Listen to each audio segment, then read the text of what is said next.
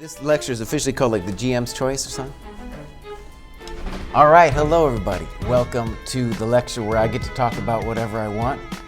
And I want to talk about two things. They're kind of interrelated that are pretty complicated to me, but I hope interesting for everybody.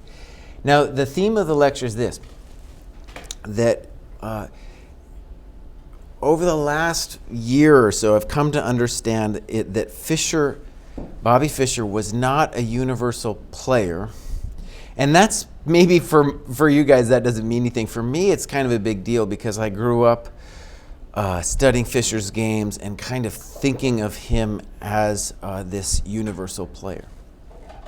And what I'm going to try to say tonight is that the thing that Fischer didn't do well was he didn't play well with a space advantage.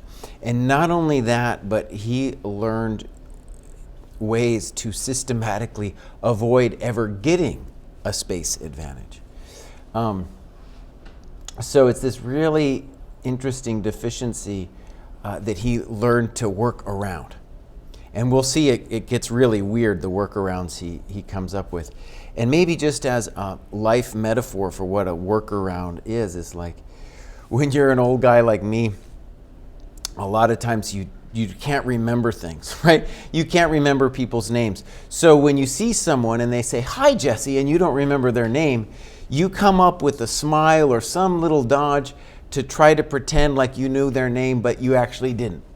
Right? That's a typical life workaround that you get in life. And then over the chessboard, there's kind of this interesting thing when you think about Fischer and other people, where if you have a deficiency, it might be a really cool thing to just say, okay, I can't do it. This is the kind of position I can't play, so I'm just going to avoid it. All right, now I'm going to get into that with Fischer later, but the first thing I need to do is kind of talk a little bit about what we mean with the space advantage, because it's actually a very complicated subject, and one, at least for me, that I find very difficult to understand. And I think it's something that's developed since Fischer's time, the idea of a space advantage in a kind of conceptual way that was different from Fischer's generation. So first of all, every player has a feeling of space, right? Like we all have a feeling for the initiative, for example.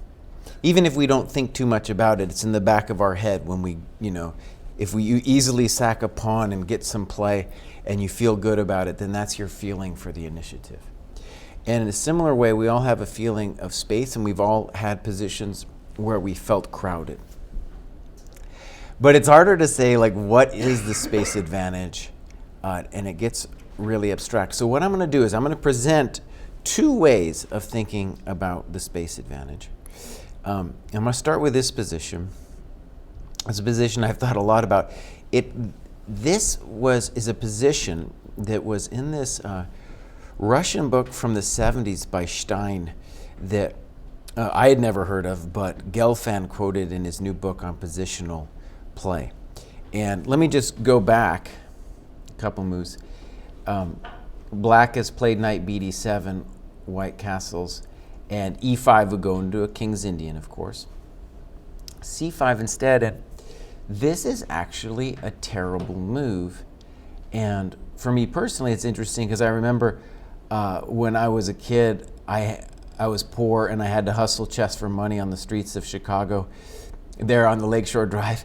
And there was a hustler there, and we played probably hundreds of games with this variation. And I didn't really understand, right? I didn't understand why it was so terrible. He played it. Where should I start? Just seconds ago, I told you when we lost it. Okay, so as I was saying, this position is a position I had many times against this hustler in Chicago. And I played d5, but didn't understand the depth of Black's sorrows here. And this is a really good position to think about. And this is the position that this Russian book by Stein from the 70s uses. Now, let's first just delve into why it's so bad. At first glance, it might not seem so bad at all. But there's a fundamental crowding happening in the black position. And let's just talk about it a little bit. This knight is blocked by the other knight. This knight's blocked by that knight. The knight on f6 is blocking the bishop coming out. The knight on d7 is blocking the bishop coming out. The bishop on c8 is blocking the rook coming out.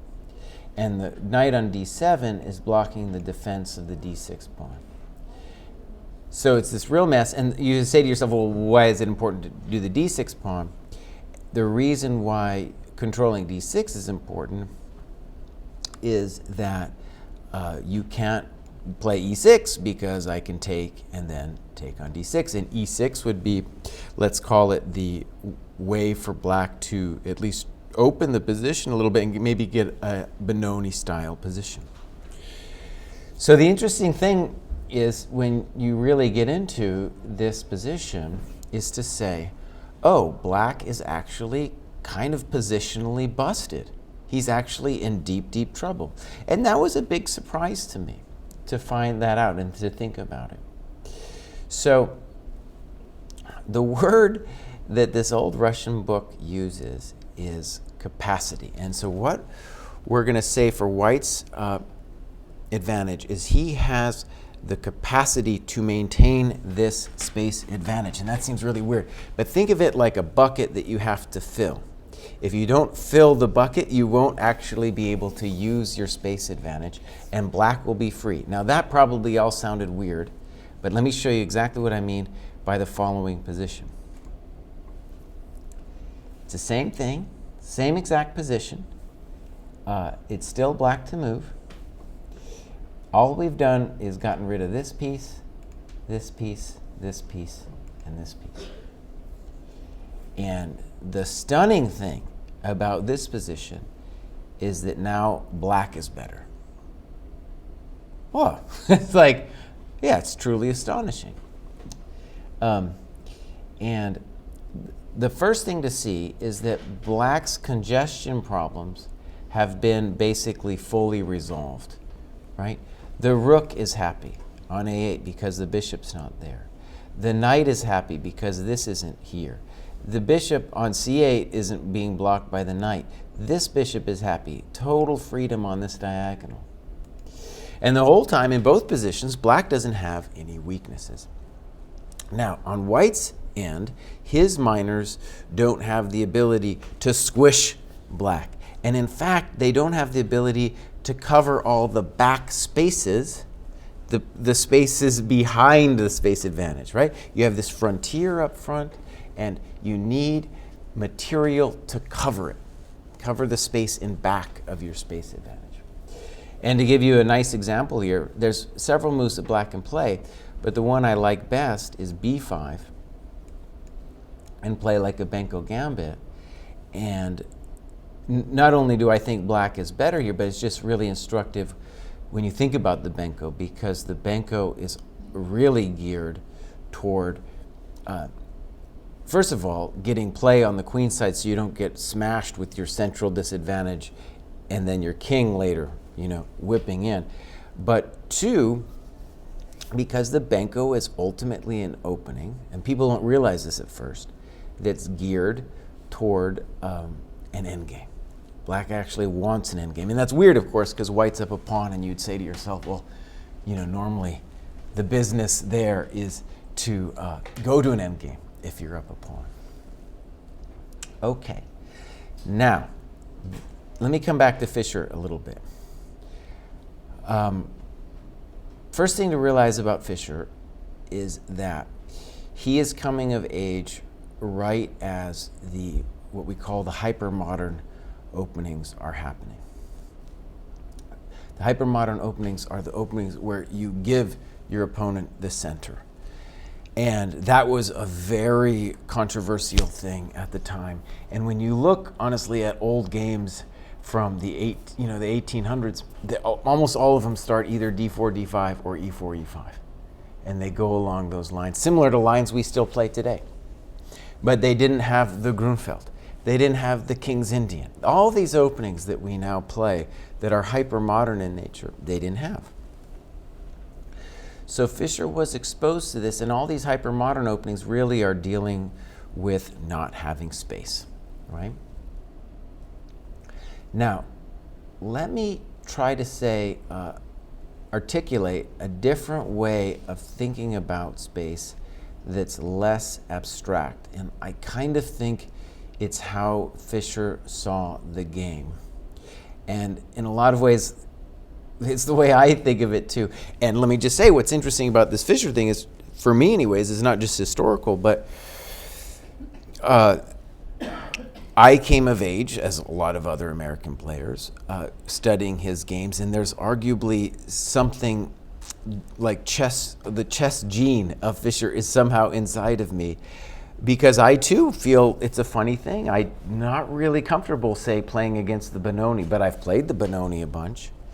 Kind of uncomfortable playing against the French and the King's Indian too, both openings that give white a space advantage.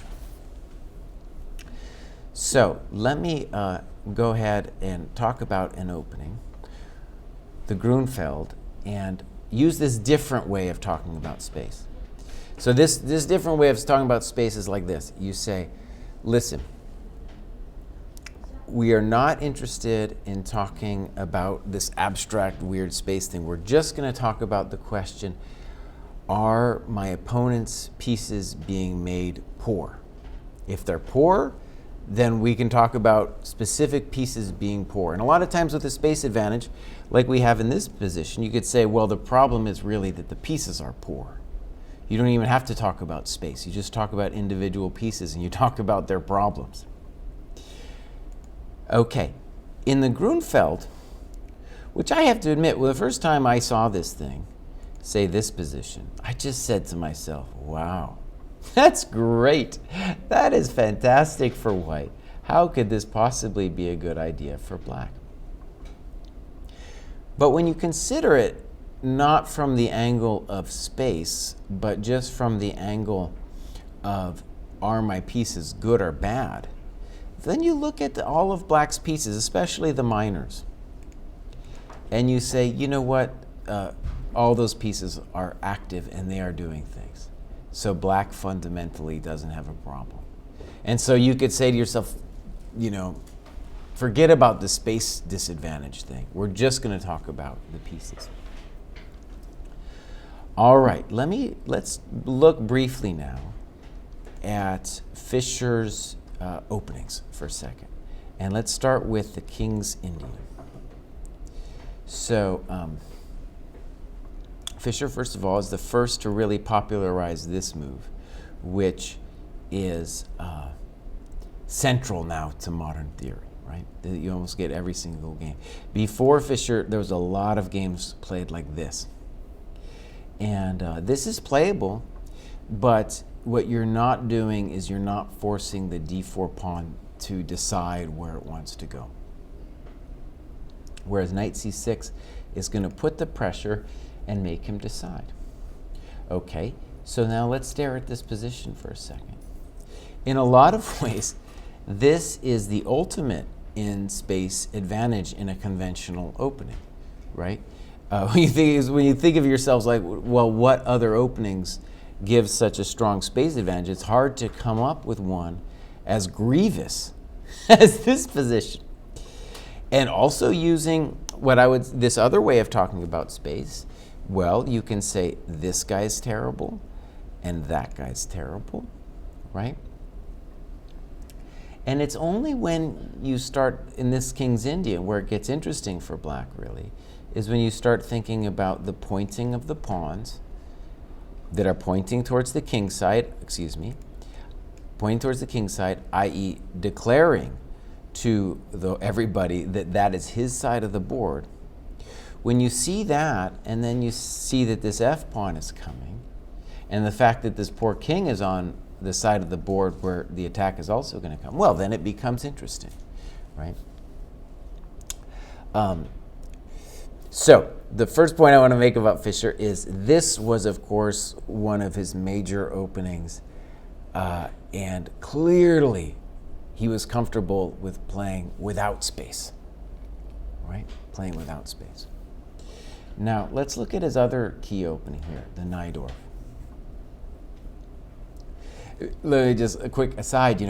It's fun to think about Fischer now, actually, and what I just witnessed on the Isle of Man. And next lecture, I'm going to talk about one of Fabi's games. And all these new players, they're playing so many different openings, mostly because they don't want to get caught up in some kind of prep. And Fischer was of this generation where he actually believed. It seems funny now, but they really did believe this. They believed that they had found what was correct. Like they knew somehow the truth about what openings were good and what were bad. Okay, I want to talk just briefly about what I think appealed to Fischer about the Najdorf, and I want to use it to talk about this other way of thinking about space, which is it's about controlling your pieces. Fischer played both sides of this, but let's just pause for a second. And what I want you to see is that White is incredibly ahead in development and activity, but what Black is claiming is that all of the pieces are fundamentally controlled. Like this knight, when you just map out its possible squares, right? Totally controlled. The bishop as well, totally blunted. The knight as well, d5 and b5, right?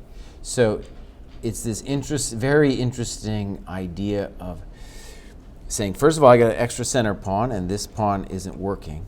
But on a broader scope, and this is the way I think Fischer thought about chess, was to think about controlling pieces and trading off the good pieces and leaving your opponent with the bad. All right, now let me move on a little bit. One way I came to understand Fischer's woes was the following. Almost anybody who writes about Fischer or has thought about it realized that the guy was completely traumatized by the French defense. It was the one opening that gave him loads of trouble. And honestly, it never made sense to me until recently. Why is the French defense such a hard thing for Fischer to crack, right? It just seems totally weird that the French, of all things, would give him trouble. And so let me break this down a little bit. He played what I would call theory in this position. Knight f6, he played knight f6, bishop g5, bishop b4, e5, until 1961. Now, before we talk about what happened in 1961, there is this period where I think he hasn't come to terms yet that he doesn't like the positions with e5. Let's put on bishop b4, e5. Why? Because he's just playing what to his mind is theory, right? And I think Fischer had, up to that point, just a very, let's call it a clean repertoire where he was just trying to always play the best moves. And e5, it's hard to imagine that e5 is not the right move here. It's gotta be, it has to be the right move. Okay. Then he had terrible results all through the 50s against this opening.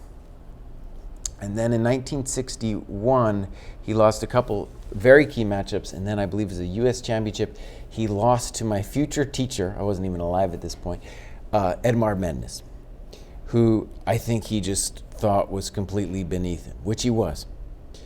But he won in one of these French games where, you move your knights around, you do a little dance, you understand the position, you keep it closed, and you don't mind the space advantage. And, the longer the game goes on and some pieces trade off, the capacity for White to hold that space advantage can often deteriorate. And it's White who has the disadvantage with the d4 pawn, d4 point, let's say, and Black doesn't really have it. By the way, this is e5 is a great opportunity to talk about the difference between central control and space. When you play e5, you are abandoning the central fight in an interesting way. This pawn on e6 fights for d5. The d5 pawn fights for e4. So black is rock solid on the two white central squares. And of course is going to fight for d4 and e5. Black on the other hand, white on the other hand, is really only a rock on e5. Okay. And by the way, I have to admit, this didn't even occur to me until I was much older. But when you consider this position, it really is a mirror image of the French. And it's funny that I didn't think of it, and I think a lot of people don't think about that this is a mirror image of the French, because it feels so different. It feels so different because of the pointing of the pawns. Because black has an initiative against the king, whereas in the French, what we do is we are pointing towards the queen side, right? Where the king usually doesn't end up. He can, but he doesn't usually end up on that side of the board. So it feels different. But it's fundamentally the same structure. It's just a mirror image. And so I think that is one of the key problems for Fischer facing the French, is that, and I don't even know if he was aware of it either, but yeah, he was unable. Now, what I'd like to do now is just show you then from 1961 on, the weird stuff that Fischer does to work around his problem with the French in particular. So he played Queen G4, this terrible move. After knight f6, black is doing absolutely fantastic. He played A3, terrible move, absolutely awful. I think he might have tried ED at some point. Famously, of course, he played D3. That was his other workaround. And what is he doing? He's saying, I'll just play a King's Indian then. If you're going to force me to do this, I'll let you try to get a space advantage. And the famous game, of course, is Fischer versus Miag-Mazurin. I think it's 1967 or something like that, where, you know, we're just playing a King's Indian now as white. All right. The game, though, where I really understood the depth of this poor man's suffering, all right, was it's in the candidates match against Petrosian in 1971. And Petrosian at that point is flailing and doesn't know what to do against Fischer. Fischer's at the absolute peak of his game. And Petrosian plays knight c6. Now, to a French player like myself, this is heretical. This is terrible. Don't ever let me see you do it, right? It's just an awful thing. But watch what Fischer does. Knight f3, knight f6, and he takes the pawn, right? Freeing the bishop on c8, after which black has absolutely zero problems. So, to me, this is like, when I saw it and I really was thinking about it, I was like, this is a man who's been traumatized. He's been completely traumatized by both the structure and the concept, or whatever you want to call it, of the space advantage. Okay, let me make a couple more points. One thing about e4 players in general is that they more typically get an open game than they get a game where they have space. The French is a key example, and another one is this position. Though, I gotta say, at the time of when I was a kid and in Fischer's days, this was thought to be ridiculous because you're letting the bishop out. Only later did people realize that the tempo was amazing for white, and that if black plays c5, that has its own dangers, both on this diagonal and maybe a knight coming through the d4 square. Okay, so let me show you one more position that I think is really interesting for Fischer and space. And that's in this Rui that he, of course, played all the time. Quick historical note, you know, guys like Carlsen are playing d3 and weird stuff now. And when I was a kid and I played e4 and was following in Fischer's footsteps, it just felt like the manly thing to do to play c3. And the interesting thing was, to my young mind, the point of c3 was so that we could play d4, right? It was like we are playing c3 in order to play d4. Now, the weird thing about it, though, is that, in fact, no,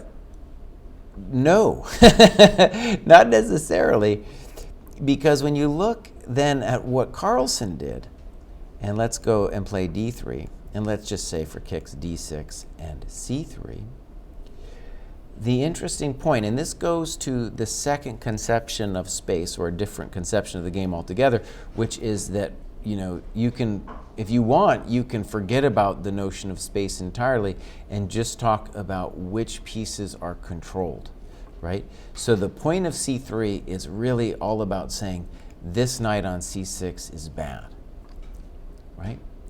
And this is an entirely different way of playing the Ruy Lopez. Okay, I'm getting off track though. Back then, everybody played c3, d6, h3, and in Fischer's day, when you look over his games, there's loads of this system, which is usually called the Tigran. Okay, queen c7, played a gazillion times. Now, here's this interesting thing that I can have this youthful memory of really thinking about this position. And I would ask myself, well, why not d5? Why can't I do d5? What's wrong with that? And Fischer never did it. And there's all kinds of different interesting ways that d5 can happen. For example, knight bd2, let's say bishop b7, for example. Well, d5 is, of course, a good move here because the bishop on b7 is cut. However, Fischer never did this. He never pushed the pawn to d5. As far as I know, he never pushed the pawn to d5. And what he would instead do is, let's say bishop d7, he would play this position all the time. And the plan was to go either e3 or g3 and then plop into d5 or f5. And totally different feel of the game. It's going to be fast. It's going to be about tempo. It's going to be open, right? So, yeah, really and just another example of a position where he always declined to take the space advantage. And the thing about the space advantage that is so curious now for modern chess players is it is very difficult to play with a space advantage because it's really kind of like learning to become a jailer, in the sense that you aren't really playing to kill your opponent. You're trying to play to keep him jailed until he basically starves, right? And this involves like a totally different way of thinking about the game, where you are constantly thinking about ways in which your opponent is going to break out of jail. So, to that end, there's only one game that I can think of where Fischer got a space advantage, and that was also in this match with Petrosian, I believe 71. And it happens because of, let's call it, theory. What Fischer understood from his opening study was that this bishop b2 was known to be inaccurate. And the reason it was known to be inaccurate was because after f6, white isn't in time to do d4. So for example, let's imagine white had played e3 and then f6. Well, then f6 is not nearly as strong because d4. And after bishop b2, d4 is a thought, but it's going to get whacked by e5, right? So the interesting thing is that arguably Petrosian knew, and you could also say the Soviet team knew about the space disadvantage. I don't know anything about the insider business with the Soviets or anything like that, but it's interesting his next move, because Petrosian's next move is very awkward and strange, I think. I would guess here for white e3, and then if e5, d4, and maybe black is a little bit better, but we really have a fight on our hands. Instead, Petrosian plays c4, which is really terrible, because now after d4 we're going to get a Benoni where the moves b3 and bishop b2 not only don't help white, but they're kind of just negative. Like the bishop, if anything, would like to go back to c1 now. It's so terrible on b2. All right, let's see how it goes. d3, e5, e3. There's different things that white could play. And there are several moves here that Fischer does that I think are just pretty strange. First things first, I think black could play knight c6 and just, and then just see what white's going to do, because you know that knight c6 has to be correct. Okay. So, like I said, this is the one game that comes to mind for me. There's got to be others, but this is just the one that came to mind to me where somehow, by some accident like this, Fischer found himself with a space advantage. So knight e7 seems weird. Knight c6. It's strange. It's very strange because it's obviously in the way of stuff. But okay, black is still better here. Knight bd2, castles, castles, e4. So there's been several things about white's play that have been strange. Moving e3, e4, doing this b3, bishop b2, and then c4, all pretty abysmal. Fischer's next move, or plan, let's call it, I don't like at all, really. And yeah, we're going to talk about it. So first of all, you got to ask yourself, well, what is Petrosian thinking when he plays e4? And the answer is pretty, I think, easy to spot. The guy wants to play knight e1 and bishop g4. And the simple point of bishop g4 is not only are we going to trade our worst bishop for black's best bishop, but also in a space disadvantage, you fundamentally want to trade. And maybe I'll just talk a little bit about this because it helps people understand the space advantage. You can think of it like a, let's call it a math equation for boiling water, right? Everybody knows, well, I don't know everybody, anyways, that when you have the equation for heat, density is like a big factor, usually rho or something like that. The Greek letter rho is for density. And anyways, what I'm trying to say is the more dense the white pieces are when they're getting boiled, as it were, the more difficult it is going to be for him to move around, kind of like a cooking pot. Now, so with that in mind, that knight e1, bishop g4 is coming, I think this move that Fischer does, a6, well, I really don't like it. And a pretty, well, I think an instructive response would have been to play like this. Knight a6, knight e1, bishop g4, knight e6. In which case, black, first of all, fixed his strange knight on b8 and preserves his good bishop on c8. And really makes it difficult for white to trade off the bishop on g4 in any kind of advantageous way, whilst leaving this hoarded mess over here, right?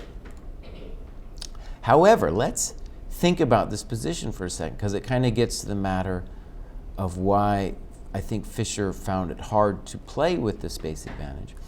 Because, like I said before, the skill with the space advantage is simply preventing your opponent from ever escaping, right? And not necessarily in some plan of going after your opponent in some kind of systematic way. In fact, black has no plan here other than just to keep black pinned down and not to allow him to relieve any pressure. Okay, let's look at the game. A6, knight e1, b5. And the reason this is a little funny is that black now has the option at some point, doesn't have to be right away, of taking an a4 to free the c4 square for his knight. So we start off with bishop g4, bishop takes, and queen c8. This is a good move, queen c8. And this is a real interesting point that the Gelfand book really helped me understand. That at first glance, this queen c8 would seem to contradict everything I just said about the space advantage, because I was just talking about how you don't want to trade pieces. So you could say to me, Jesse, what are you talking to me about? You just told me this long song and dance about not trading pieces. But what Gelfand noted that's very interesting is that primarily when we're talking about the space advantage, it's about making the minors bad.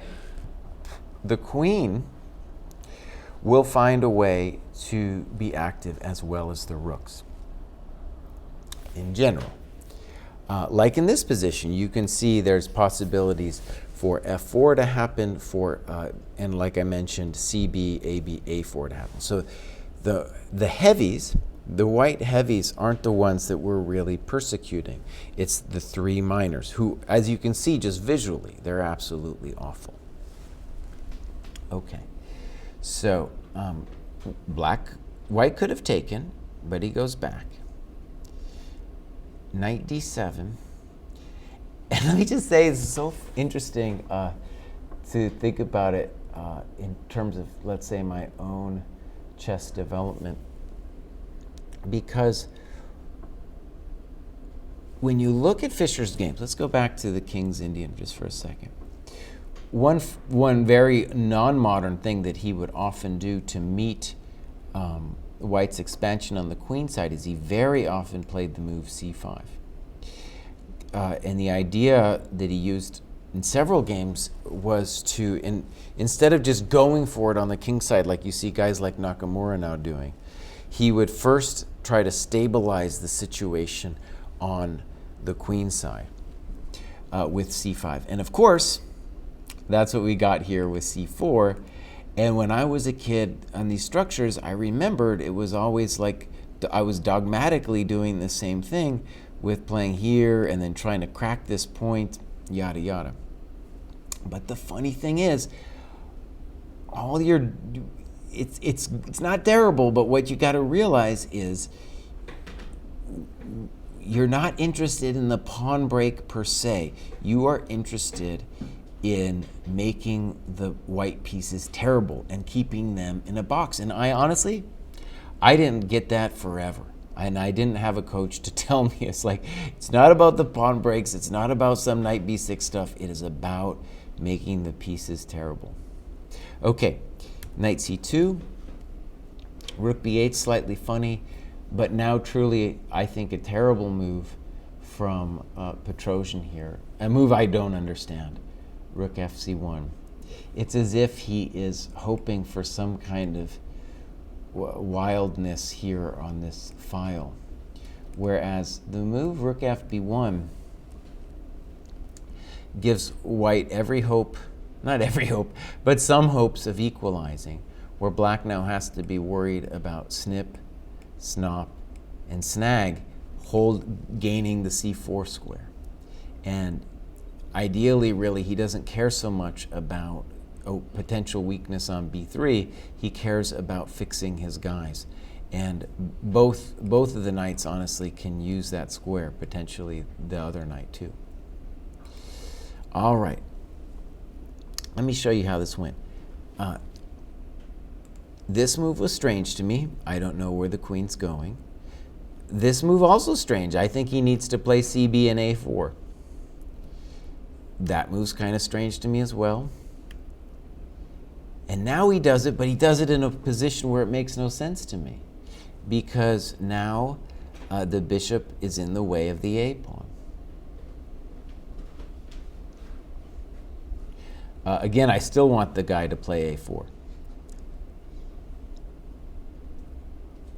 And so Bobby was able to achieve this position, after which he is truly doing great. Now, it might seem like we've extended beyond the scope of our discussion of space, but I do want to share one more thing about this game that I think is interesting.